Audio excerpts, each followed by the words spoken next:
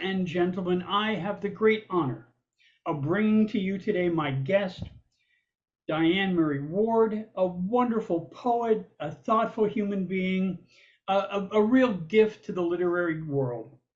Diane, welcome. Thank you. Thank you so much, Rick. I A only pleasure. invite the best poets on this show, people I want to talk to that I think the world would benefit from hearing some of their wisdom, some of their poetry. So, my goodness, you are so welcome to be here. My first question, and I know we've covered some of this territory before because you've been a guest before, but just to refresh everybody's memory, when did you first start writing? Probably in elementary school. I always loved English. I always loved reading. So, I write little poems, little songs. It just seemed very natural to me. You know, you read books and you say, oh, I have a comment on that. I could write too. And I liked grammar. So just seemed like a natural way of expressing myself. I like to draw also, so to me, it was just another way of expressing myself. Absolutely. I consider myself an information sculptor. Sometimes I do graphics, sometimes I do words, sometimes I do video. I have a variety of things. I've enjoyed sculpting. I always think if I had a spare life, I would be nothing but a sculptor, but that's not quite the way the game is played. Next, I understand completely. in fact, sometime I would love to see some of your graphics. Okay. So put that on the list somewhere. Okay, next question. When you were young, what's one of the first authors you remember making an impression on you? I like to read folk tales. So to tell you the truth, if there was a particular author, I couldn't tell you, but I liked reading about stories from around the world and fairy tales. And it wasn't until I was an adult that I discovered Cora Belpre, who was the first uh, Puerto Rican librarian for the New York Public Library. And she used to write down fairy tales, which were part of their oral tradition. And she said, if you don't write these down, and if you don't have any elders to repeat these stories to you, you're going to lose all this valuable culture they had in the Puerto Rican history. So she's the one who decided to write these down, and that's why Hunter College has this extensive collection of her work. And I'll be sharing that actually with Finn Bell with a story time later this month. But it's so fascinating to me that all these stories, other kids like me will grow up on these folk tales. So uh, to say what inspired me most, I couldn't say because I remember so clearly getting these large picture books that would have wonderful illustrations. They were fantastic. And these words, stories to go along with it. So they could be stories from that Russian children knew, that West Indian children knew, that French children knew. I mean, and then let's face it, we read Le Petit Prince when we got in grade school. And again, okay, there was so much more to that. But I started off, I think, with fairy tales and just that made me feel closer to children around the world, quite frankly, because we had these wonderful stories that were shared. Well, one of the things that I always tell people when they say, oh, poetry, it means nothing, it's not important at all. And I say the oldest literature that mankind has are the literature of the poets, whether it be Homer or Gilgamesh or the Tales of the North or Tales from Africa. These are the oldest tales. Who gave them to us? Poets gave them to us. And I think that poets serve a very important part of literature. We speak to the dreams, we speak from the legends, and today's modern poets speak from that same place, from that same heartful human place, and I think that's one of the powers of poetry. Okay, next question. When did you really think of yourself as a writer?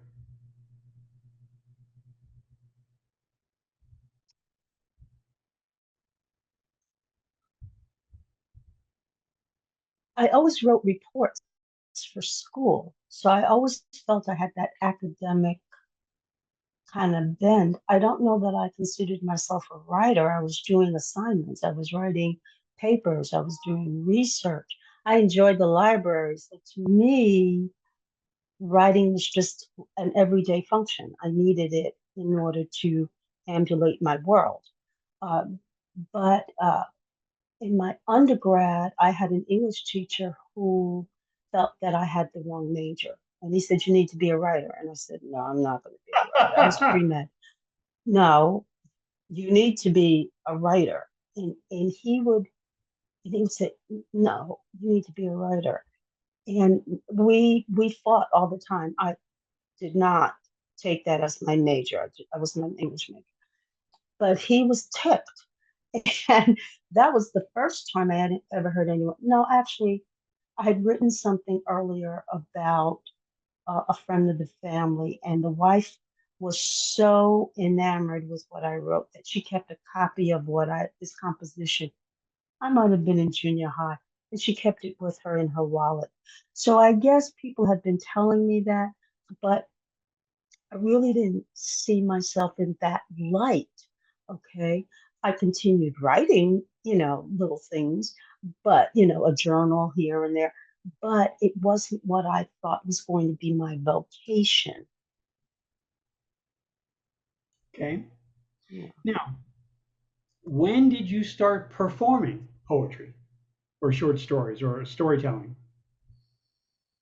Well, I was a dancer, and so I used to combine American Sign Language, yeah, which is language, of course, Mhm. beautifully, beautifully expressive. It seemed like a natural to me to include that in my modern jazz dance. Um, so I guess, uh, and performing with the National Writers Union, uh, we had open mics. So I was performing it there um, at different events. Um, I would just perform. To me, it's another art form. So like to combine it with dance seemed natural. Okay, I might introduce a piece with a piece of poetry or haiku or something to get the audience in the headset if they didn't figure it out from the costume or the music or whatever. And then American Sign Language being language, having a grammar, having culture attached to it. It seemed like a natural segue. It just, they seemed to flow. It wasn't a forced fit. It just seemed to meld rather well together. Okay. Now, one of the things that I always ask, I always find this intriguing. There are two poles of this extreme. One says write every day to polish your craft. The other says no, wait for inspiration. Where do you fall in that continuum? Do you wait for inspiration, or do you kind of work at writing to improve your craft?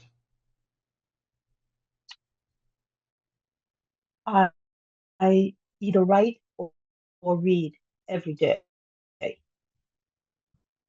I always have pen and paper with me when I go to the grocery store, when I go to the post office. If I have to take the train or the bus, I always have pen and paper with me. I am inspired by everything around me. I never know when something is going to gel, something is going to say, that's interesting. And jot a note to myself. I won't write the whole piece necessarily, although Right. I've come close to it sometimes. But at least I want to remember this. I want to, where was I when I saw this? Was it a smell? Was it a color. Um, Something inspires me all the time. So I write everything first before I put it on the computer. I like to hand write my work first. So that's usually the first draft. And then as I'm putting it on the computer, sometimes it's directly from what I've written, and sometimes I'm adding and editing and playing with it and thinking about it. And then I'll leave it and work on something else that I've already drafted like 5 or 6 times, maybe. Give new eyes. I say new eyes on something. And then sometimes something from that will inspire me that I've already written and say, but it doesn't fit in this piece. Copy, paste it to something else, and then move it along. So my writing is not a particular time of day. Uh, I don't do that. I am inspired by my muse. Whenever I'll jot down notes. Um, my other work will inspire me to other work. I read other people's work because I think that it's important to stay in that loop, that energy. Um, and therefore, I think that's important. I'm also always engaged with the news, and uh, like you, I'm a Trekkie, so I keep in abreast of what's going on with what we think the universe is doing, what we're doing, what we're doing with the world, with our Mother Earth, uh, what we're doing with the politics. Everything that's happening gives me energy and fodder for my work. So uh, I think that's where I land in terms of writing and in terms of that energy. Okay. Another question I like to ask is, do you find yourself addressing certain themes or certain topics again and again?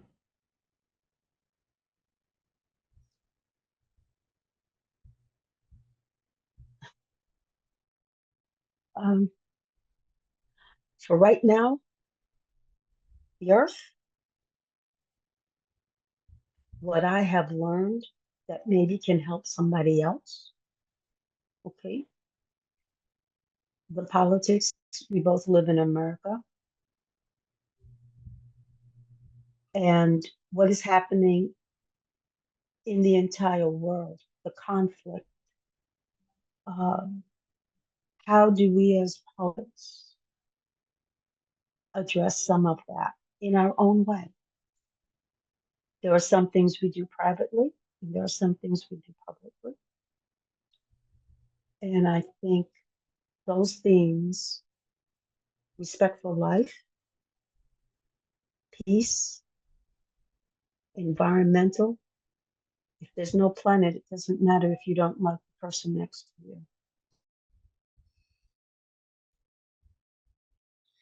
Another question I like to thank you. That's a great answer. Um, I mean, some things are about self because I want to know that I'm building myself to make myself a better person. Okay. If you're not uh, taking care of yourself, as you know, then you're flailing around and you're not helping our fellow human beings. So self is important, obviously, but it's not about ego. It's about what can I bring that might add positivity, discussion, peace, a different way of thinking, perhaps, for somebody else. You never know. Poets are inspirational. We do stuff and we don't always get that kind of feedback, but we don't need it. We put out there what we think might be helpful. And that's why it's so nice to have a community of poets that one can express oneself freely without feeling admonished, or, oh, I better not say that, that person's going to be upset, or this, that, and the other. You know, I'm glad that people give trigger warnings when they think they need to because we don't know our audience. and we're being respectful. Um, and if you don't like what I've said, then why is it that you don't like what I've said? I'm not trying to have a therapy session with you. I just want to express something. And it's okay to disagree. I mean, that's so far our freedom now, where the people get to read your book, my work. That's up for grabs, it seems, in America. But that doesn't stop us from writing what we believe. It is still my right to do so, as it is yours. A question I want to ask, we live in this very interesting literary space where many of us, yourself and I, myself, for example, we participate in international poetry forums. We read with poets from Asia, from Europe, from South America, from Central America, and I think it adds something interesting to what we learn and what we share. I was wondering, are there any lessons that you've learned or anything that surprised you as you participate in these international forums? Not really. I think that people are the same. People have the same ideations. People have the same wishes. People have the, and I learned that I knew that already because I was fortunate to be raised in a very multicultural neighborhood, very, very multicultural environment. So knew that, you know, kids are kids. We all laugh at the same thing, play the same games, call it different names, but it's really the same game. Look at the food. Almost every culture has a pierogi or a patty or, or whatever. It's just a different name for something filled with meat or vegetable covered with dough, right? You either fry it or you bake it or you boil it. They're all Absolutely. the same. So uh, if anything, it underscores our humanity that we're all the same, Absolutely. I which is couldn't agree. wonderful. Which is wonderful. Okay, next question. We're coming down the home stretch here. Um, do you feel that poets and authors, writers in general, have a responsibility to address societal issues? That's an individual choice. I wouldn't force anyone to do anything they're uncomfortable with. Um, some people will address certain things, but only within a nuggeted group, maybe just their family and friends. There are some people that will put it out there regardless of whoever doesn't like it with their family and their friends. There may be some people who say, look, publish this posthumously. That's their right. That that is that is their right. Um, I would never force anyone to bring to the public view anything they don't feel ready to understand because get this, you're going to be scrutinized and you need to understand that and say, I don't care, or I'm being myself and I have to be honest to myself. Now you pick the time that you want to do that or not, you know? Yeah. Thank you. Okay, next, if a young person asked you, is poetry a waste of time or is poetry important? What would you say?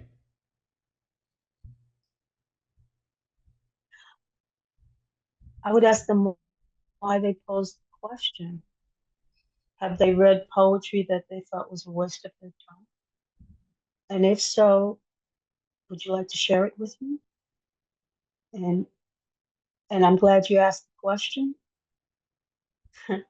because not every kind of poetry is for everybody. And there's some poetry that maybe you're not ready for or ever. Not every kind of poetry is for everybody. So so did you read something that you didn't understand or you didn't like? And maybe I'll read it too and say, oh, I don't care for that too much either. But I might suggest something you might want to read or not.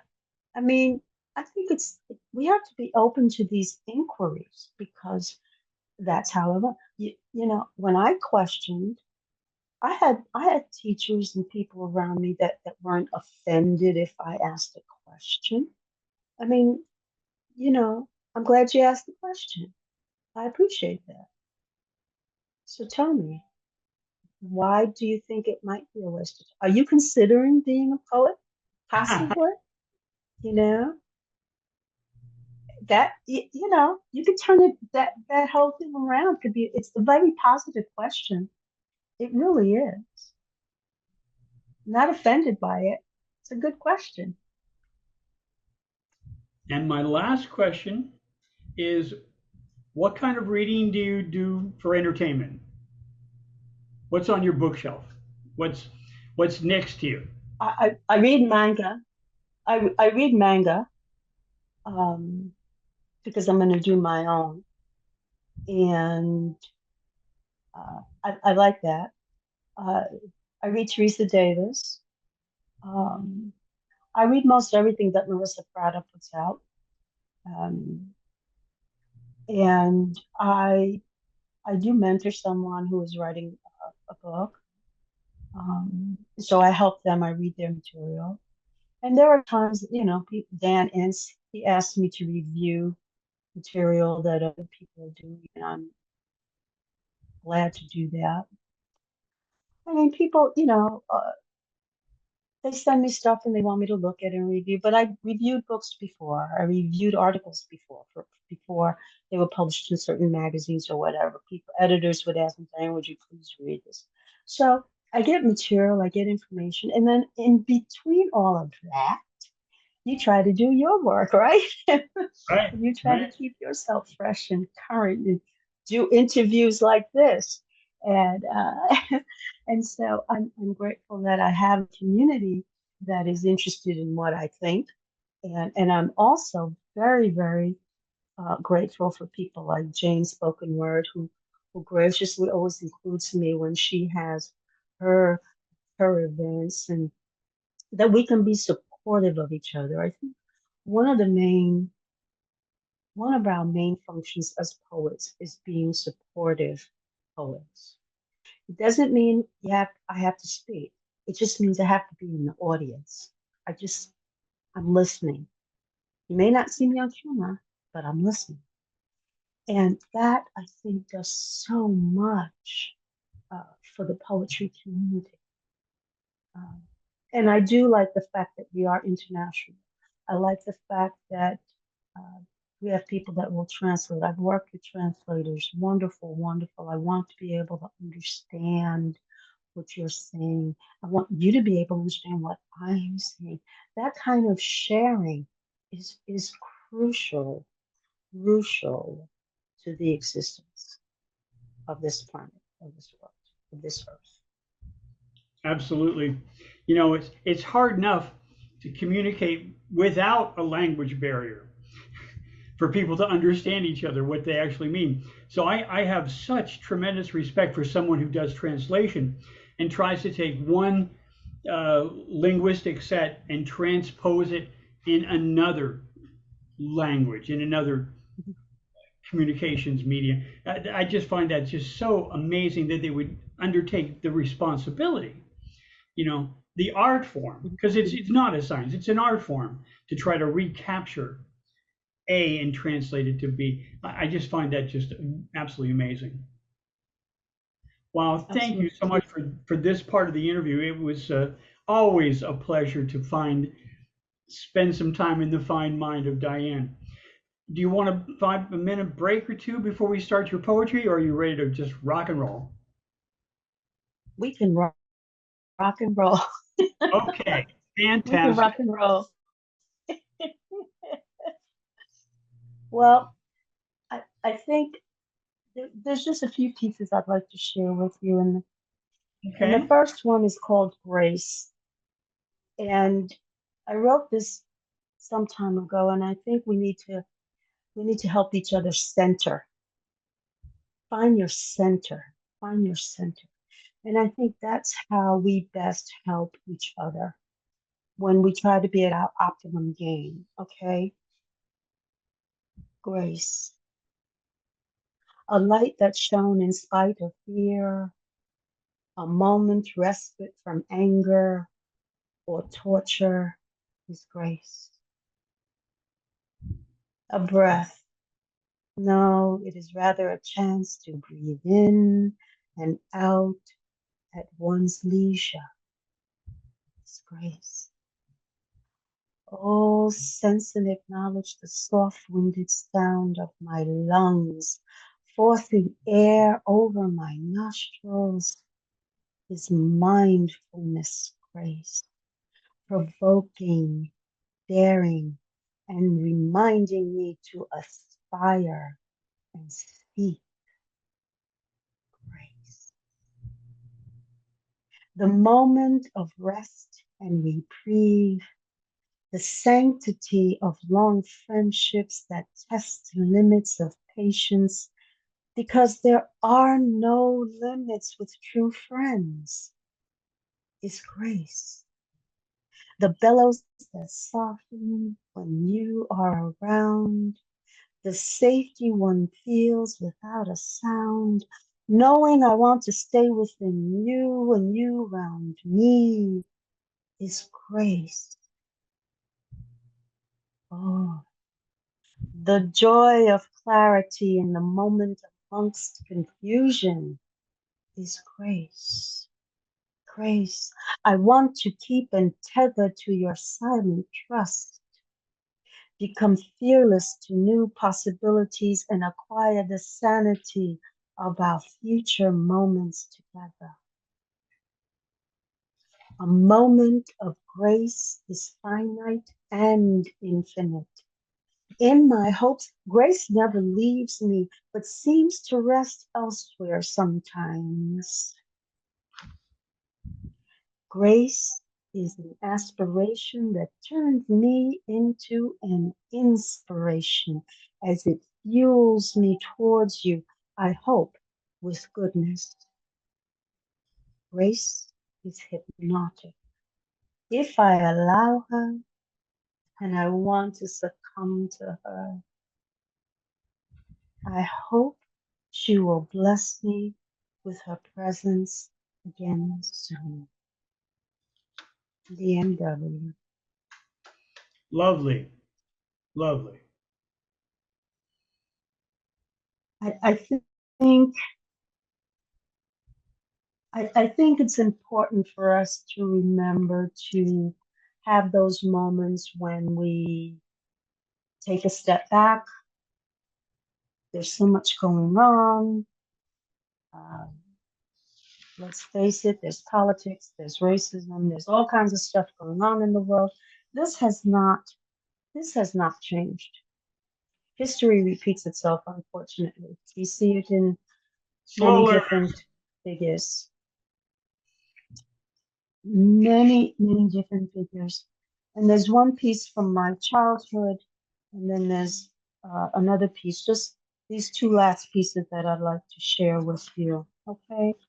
And this piece is called Mine Librarian, MEIN, Mine Librarian. I had just started junior high school, which covered grades 7 through 9. I read the diary of Anne Frank in elementary school. Why would someone want to kill Jews?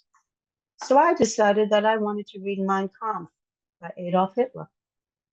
I looked up at the librarian seated behind her two-step up raised platform desk.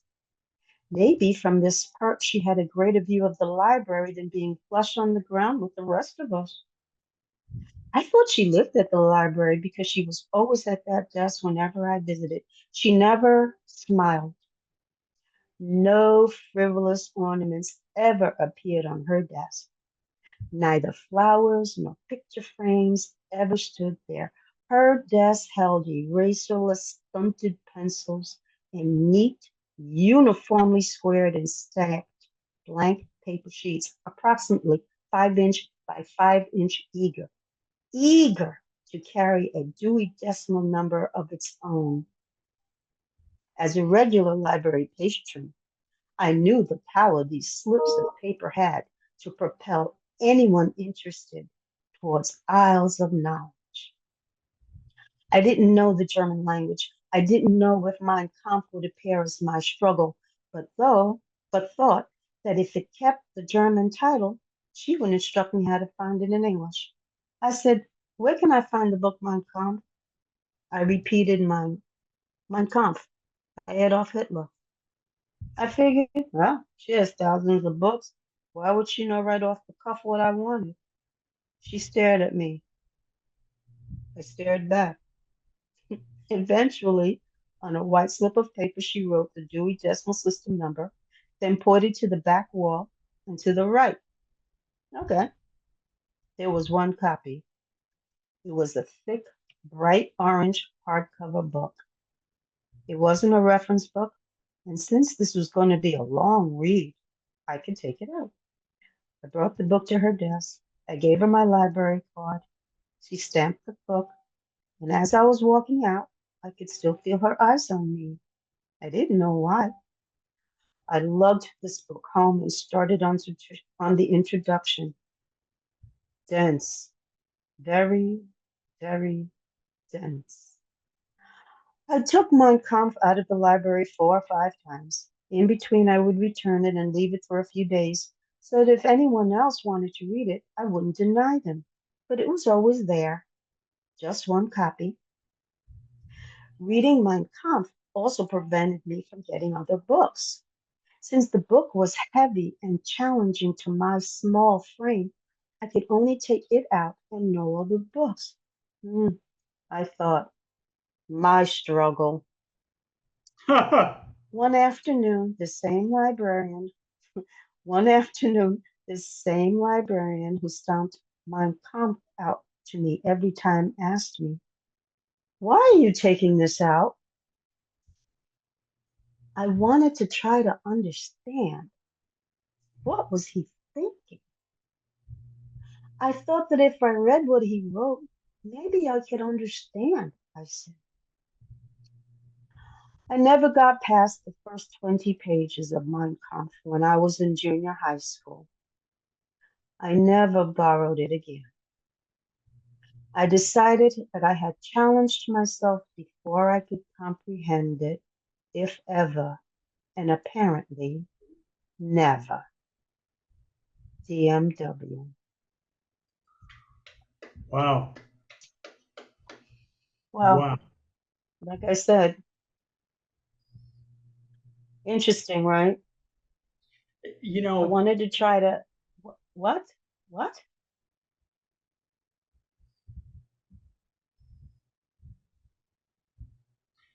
Look at the politics. Look in the world today. Okay. Okay. I have to And the say, last thing I want to read. okay, No, go ahead. Go ahead. I'm sorry. Go ahead. I was going to say, in a way, Okay. Go ahead.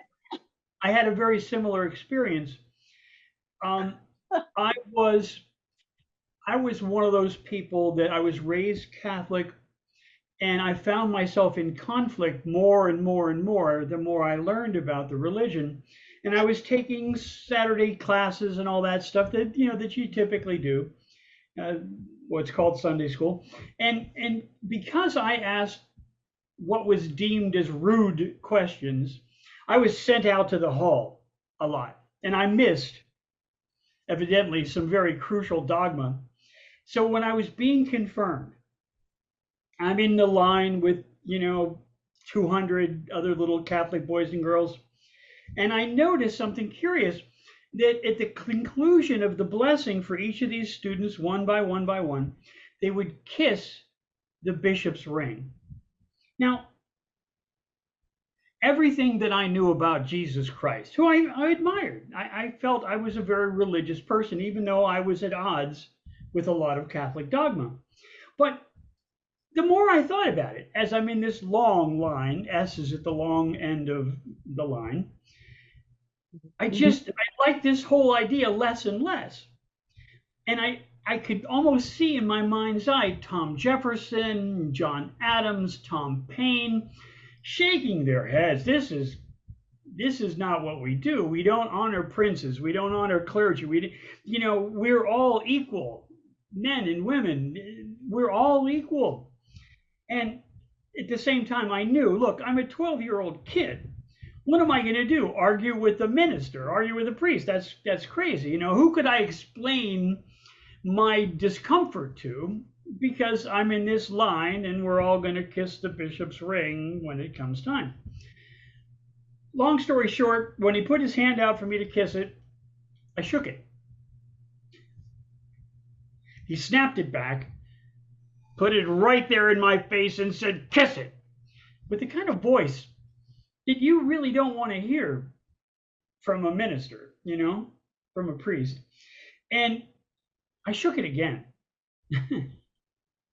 So he ordered me out of the church in front of the entire congregation, my family, etc. And I took a vow that I would read every religious book that I could, whether, not to believe, but just to understand, like you wanted to do. You weren't going to become a devotee of Adolf Hitler, but you want to understand.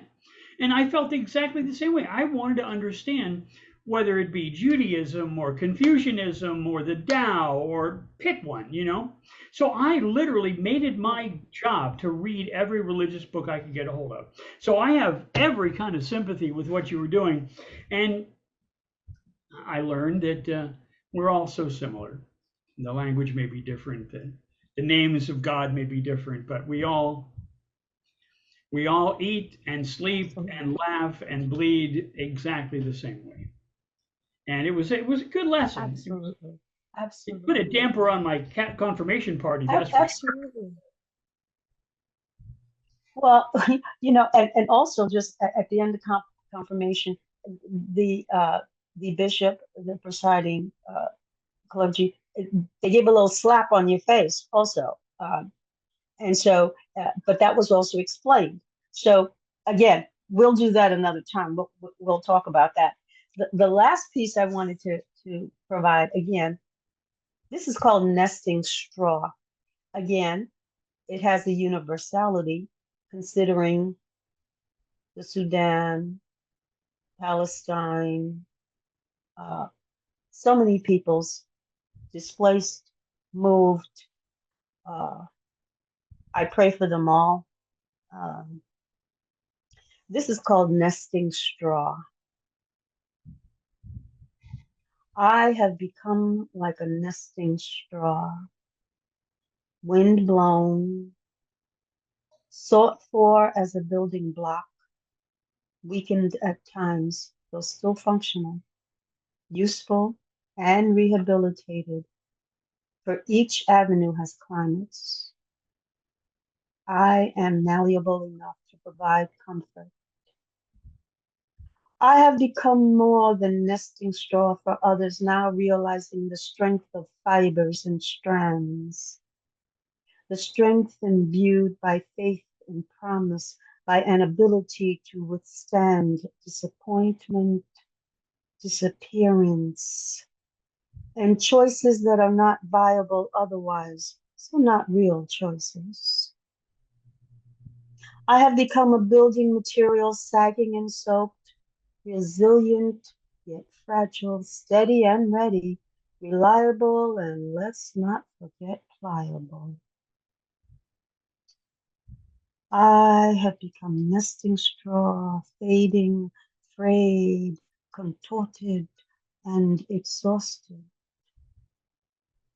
Still strong in some areas, weakened in others, useless to some, useful to many, brave and resourceful, less blending in belief of others, unfolding, refolding, collapsing. Nesting straw. Not necessary, yet necessary with temporary usefulness, whether torn or discarded, repurposed by others. No one knows how many times pieces are freely used, baited, and finally prohibited since it's the intentional fate of some nesting star. I am malleable enough to provide comfort. Soothing replenishes each fiber, each strand ready for the next nest. Now each attempt wisely saving for eventual self-comfort cemented by each structure I built. DMW. Beautiful. Really Thank beautiful. you, Rick. Thank you. Wow. Thank you very much. It is such an honor to have you here. I enjoy your work. I absolutely admire your beauty and humanity. You never speak unless giving some grace. It's just a real honor to call you friend. Thank you so much. It's a pleasure. Thank you for inviting me. Thank you for allowing me to share my work. It's always a pleasure. Um, you provide a wonderful, wonderful opportunity for so many of us, and I'm grateful. Thank Thank you. you, my dear. And you have a marvelous day, please. You too. Continue to get well. Okay, Bye. thanks. Bye bye.